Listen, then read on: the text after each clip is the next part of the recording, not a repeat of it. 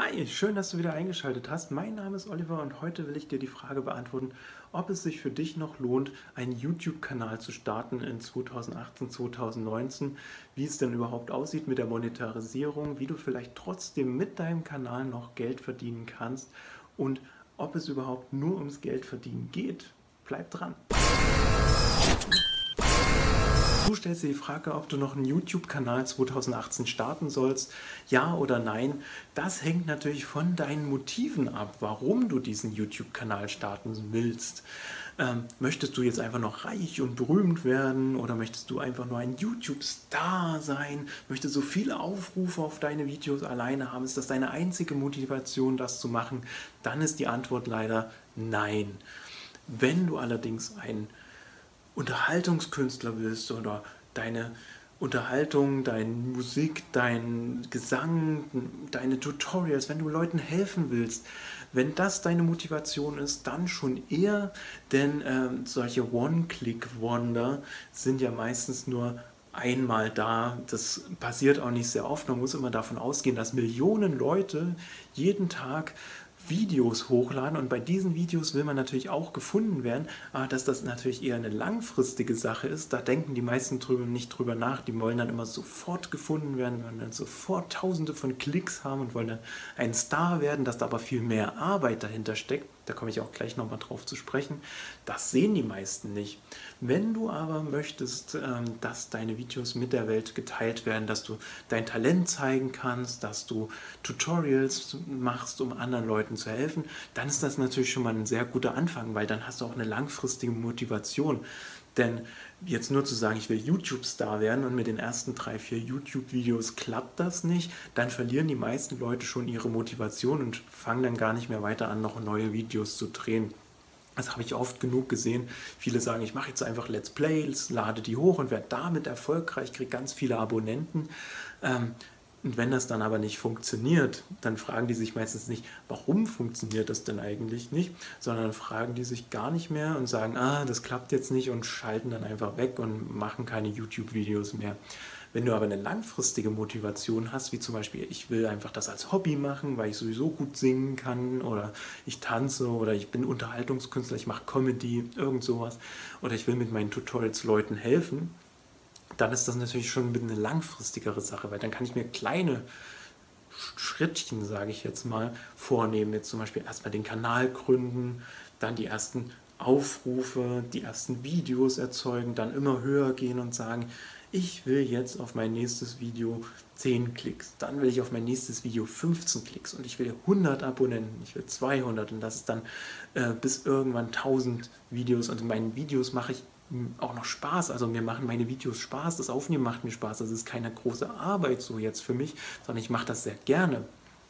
Dann ist das natürlich super, weil dann hast du auch eine langfristige Motivation, die dich viel weiter bringen wird. Und warum ist eigentlich YouTube die perfekte Plattform dafür? Die perfekte Plattform ist es, weil YouTube ist die zweitgrößte Suchmaschine der Welt nach Google. Denn, sagen wir mal ehrlich, wenn man irgendwas sucht auf Google, kommen auch gleichzeitig Videovorschläge meistens von zum Beispiel Tutorials, weil die Leute irgendwas wissen wollen, wie irgendwas funktioniert oder unterhalten werden wollen. Und auf Google ist natürlich die zweitgrößte Suchmaschine und sie ist auch noch visuell, also sie bringt deine Inhalte visuell rüber. Und man sieht den Trend, er geht immer weiter zu visuellen Werbeanzeigen auch. Also das heißt, Leute wollen immer mehr Videos konsumieren. Das ist ein aktueller Trend. Und den möchte man natürlich auch mitverfolgen und den könnt ihr euch auch für euch ausnutzen. Also den kannst du für dich nutzbar machen, indem du deine Videos auf YouTube zeigst. Auch viele Firmen verstehen mittlerweile, dass sie YouTube jetzt für sich nutzen können, aber die meisten nutzen das auch so ein bisschen falsch. Also sie wollen nur ihre Produkte bewerben, wissen aber nicht wie, sondern machen da einfach wie so ein Werbeclip oder mehrere Werbeclips. Das bringt aber natürlich keine Abonnenten, sondern man muss den Zuschauern schon einen Mehrwert bieten. Also das heißt, mit Unterhaltung oder Tipps, Tutorials sollte man das dann rüberbringen. Und wenn man nicht weiß, wie als Firma, muss man sich eben entsprechende Leute suchen, die wissen, wie man solche Videos macht und langsam und langfristig auch erstmal einen Kanal voranbringt und die entsprechenden Zielgruppen anspricht und auch die entsprechenden Abonnenten aufbauen. Jetzt hast du dir natürlich vorgenommen, ich gründe meinen YouTube-Kanal und das ist auch super. Was aber viele Leute nicht sehen, ist noch die Arbeit, die hinter dem YouTube-Kanal steckt. Das musst du dir auch immer noch mal vor Augen halten. Das heißt, wenn ich jetzt zum Beispiel dieses Video hier aufnehme, das dauert vielleicht 10, 15, 20 Minuten, weil ich ja mehrere Takes vielleicht mache oder mich mal verspreche, dann muss ich das Ganze natürlich auch noch schneiden, weil ich muss mir das YouTube-Video, was ich hier aufnehme, auch nochmal angucken. Das heißt, ich reviewe sozusagen nochmal selbst mein eigenes Video, gucke mir das auch nochmal 10, 20 Minuten an, je nachdem. Und das kann bei einem Let's Play natürlich noch ganz anders aussehen. Ich nehme zum Beispiel 2 bis 8 Stunden Let's Play auf. Aber die Leute wollen ja nicht unbedingt 8 Stunden Let's Play von einem sehen oder die wollen jetzt nicht 15 Folgen Let's Play unbedingt sehen, sondern die wollen schnelle Zusammenschnitte, die wollen direkt die Action sehen, die wollen die Lacher gleich haben, so wie PewDiePie das auch am Anfang gemacht hat. Der hat halt immer von seinen Let's Plays einfach die besten Sachen rausgenommen und zusammengeschnitten zu einem lustigen Unterhaltungsvideo. Und genau das wollen die Leute auch. Das heißt also, ich muss jetzt diese 8 Stunden, die ich vielleicht aufgenommen habe, auch nochmal in ein 20-Minuten-Video packen oder vielleicht auch 10-Minuten-Video und muss das Ganze mir aber auch nochmal angucken, damit ich wirklich die besten Stellen von meinem Video finde. Das heißt, ich gucke mir jetzt nochmal ein 8-Stunden-Video oder ein 2-Stunden-Video an und schneide das auf 10 bis 20 Minuten. Dann brauche ich natürlich noch fürs Schneiden ca. 2 Stunden und dann muss ich vielleicht noch irgendwelche Einblendungen oder Texte erstellen oder Bauchbinden und bestimmte Sachen hervorzuheben. Das dauert natürlich auch nochmal, weil ich muss vielleicht dann bestimmte Grafiken oder sowas erstellen. Und das Grafiken erstellen, das dauert natürlich auch nochmal ein paar Minuten oder Stunden, je nachdem, wie geübt man natürlich ist. Am Anfang dauert natürlich alles ein bisschen länger. Das solltest du auch immer im Hinterkopf behalten, wenn du versuchst, einen YouTube-Kanal zu betreiben. Dass du eben diese Zeit für dieses Hobby aufwenden musst. Ja, also du willst vielleicht einmal die Woche erstmal anfangen, ein Video hochzuladen, steigerst dich dann auf 2-mal die Woche oder sowas, weil du dann ja immer schneller wirst und immer mehr weißt, was deine Leute sehen wollen, die dir zuschauen und auch die Videos schneller bearbeiten kannst, weil das ja irgendwann auch ein Training für dich ist, Videos zu schneiden, die besten Stellen zu finden, du weißt, was die Leute sehen wollen und dann geht das auch ein bisschen schneller. Aber trotzdem brauchst du eben Zeit überhaupt, um dieses Video aufzunehmen und diese Zeit musst du natürlich mit bedenken. Das bezahlt dir ja keiner, das machst du als Hobby erstmal. Natürlich kannst du versuchen, Videos zu monetarisieren, aber dafür musst du natürlich erstmal in diese Monetarisierung reinkommen. Und jetzt ist natürlich die Frage, kann ich auch als kleiner Kanal Geld verdienen? Ja, das geht. Allerdings nicht unbedingt vielleicht nur über die Monetarisierung von YouTube, weil da gibt es schon Hürden, die man nehmen muss.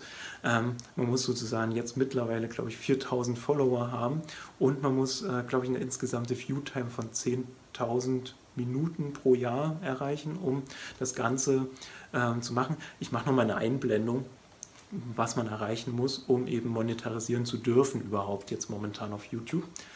Und natürlich wurden damals die Werbeeinnahmen etwas geschrumpft. Also das heißt, man nimmt nicht mehr mit seinen Videos so viel ein wie früher. Aber das muss dich nicht unbedingt aufhalten. Du kannst mit anderen Mitteln und Wegen dann auch noch Geld verdienen. Und was für Mittel und Wege es denn gibt, das behandeln wir auch noch in einem Video. Aber lass so viel gesagt sein wie Affiliate oder In-Video-Werbung mit Partnern, Sponsoren. Ja, das sind zum Beispiel nur Beispiele. Aber das kann man auch mit einem kleinen Kanal natürlich erreichen.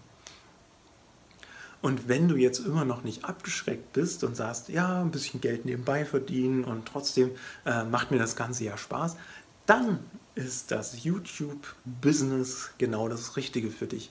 Und dann musst du dich natürlich auch so ein bisschen damit beschäftigen, wie baue ich am besten einen Kanal auf und so weiter und so fort. Und wie du das machst und wie ich jetzt gerade meinen Kanal vorantreibe und was ich für Aktionen mache, wie sich die auf meinen Kanal auswirken, das wirst du dann in den nächsten Videos noch sehen.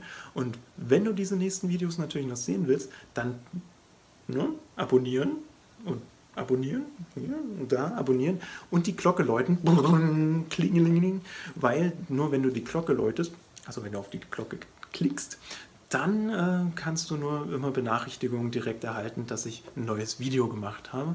Und ich würde mich natürlich über das Däumchen freuen. Ein Däumchen ist immer ein Träumchen. Also ich danke dir auf jeden Fall fürs Zuschauen. Hoffe, du hast so ein bisschen was gelernt. Wirst jetzt dich dafür entscheiden, einen YouTube-Kanal zu gründen.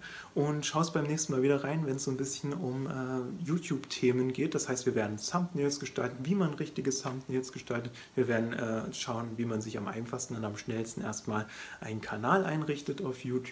Und wir werden uns noch ganz andere wichtige Sachen anschauen, wo es dann darum geht, wie kriege ich denn meine ersten Abonnenten, wie mache ich jetzt weiter, was bringen mir diese Analytics von YouTube, wie gucke ich mir richtige YouTube-Analytics an, wie kann ich vielleicht meine Einschaltquoten noch verbessern, indem ich noch die richtigen Tags setze bei den Videos oder indem ich meine richtigen Thumbnails erstelle und so weiter und so fort. Und wenn du noch Informationen oder sowas zu bestimmten Sachen suchst, dann kannst du auch gerne in meinem Blog schauen. Den Link gibt es unten in der Videobeschreibung, weil da wird auch immer noch mal ein bisschen was mehr beschrieben, als ich meistens in den Videos rüberbringen kann, weil dann auch noch mal technische Details und so weiter angesprochen werden. Also vielen Dank fürs Zuschauen. Wir sehen uns beim nächsten Mal. Dino Comic. Tschüss. Natürlich über das Däumchen freuen. Ein Däumchen ist immer ein Träumchen. Also vielen Dank fürs Zuschauen.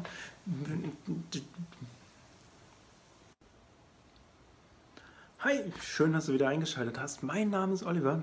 Vielen Dank fürs Einschalten.